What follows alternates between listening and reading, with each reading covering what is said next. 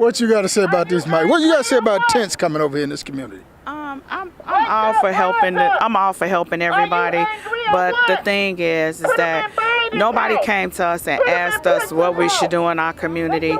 We have Walgreens shutting down. They already were contemplating shutting down because of the George Floyd.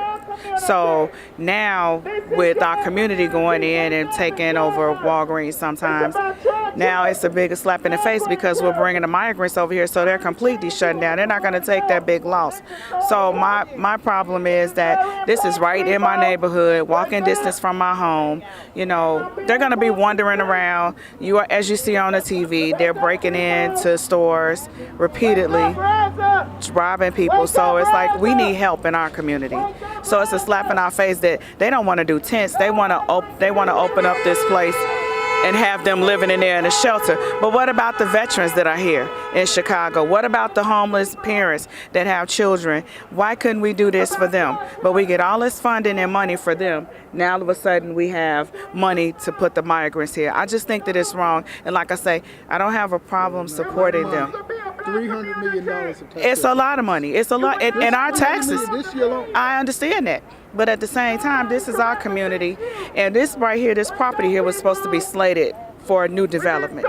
Now we're being held back because we have to take care of another country with people here. And it's not that we don't want to take care of them, but you haven't taken care of us. So how are you going to take care of somebody from somewhere else and not even take care of your home? This is what you get. We should have a lot of people in our community standing out here. It shouldn't be just these few people. It should be a lot of us out here protesting because this is going to affect our community. The little stores that we do have, they're going to be gone because they're not going to be able to afford to stay here if some of the migrants that are up to no good are going into these stores. So I think that they should have came and spoke with us and been honest with us and let us know that this is not the way it should be.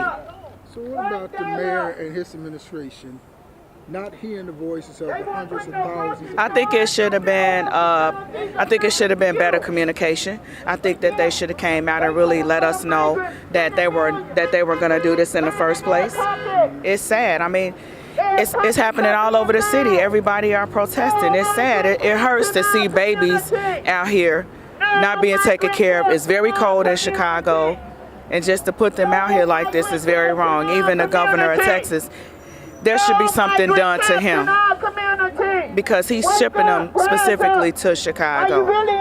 All these Democratic states. Sanctuary city, that's why they come in. Yeah, we're a sanctuary city, but I mean, it's only so much that we can do here in the city of Chicago. So does it come to a point where they got to say there's a moratorium on migrants and we can't allow any more in the city? Yeah, but this is the thing. We as people need to vote. If we voted, so we voted the man. No. He ain't hearing our voice. If we voted, not because of who's supporting somebody, not because of a skin color, voting for people that are really going to do what they need to do in our community. That's the bottom line. I don't care who it is, we need to vote for people that is actually going to do what they need to do in our community.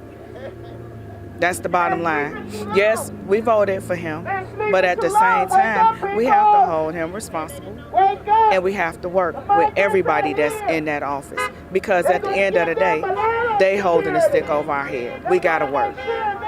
But this right here, they could have talked to us. They could have told us this. They could have let us know what was going on. Could have been fair. Pardon me? Would it have made a difference if they told us that the community's against this? Yeah.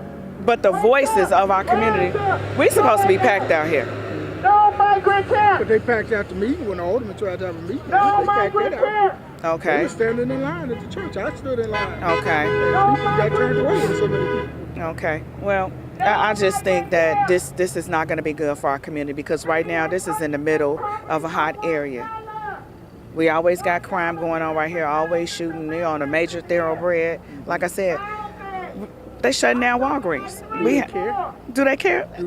Do you think they care? Do you think they care? Do you think they care? It's not their neighborhood. It's not their block. It's not their community. And until it affects your community, your neighborhood, your block, this is going to be in the middle of schools. This is right in the heart of where our seniors are. We got senior buildings over here, senior residents. This is the highest area for seniors over here, and we're closing down that Walgreens. This is ridiculous. So let me ask Where they you, gonna get their medicine from? Let me ask you Who's gonna help them? if the mayor has the final say so on these migrants and where these tents go, what community, who's making the decision, the mayor or his advisors?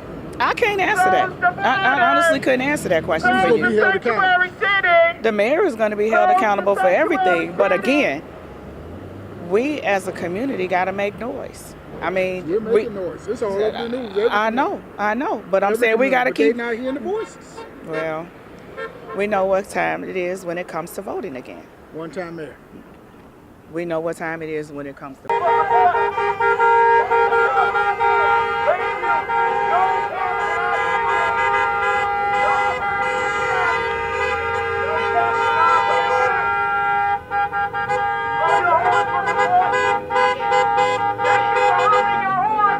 Migrant Tents in our community.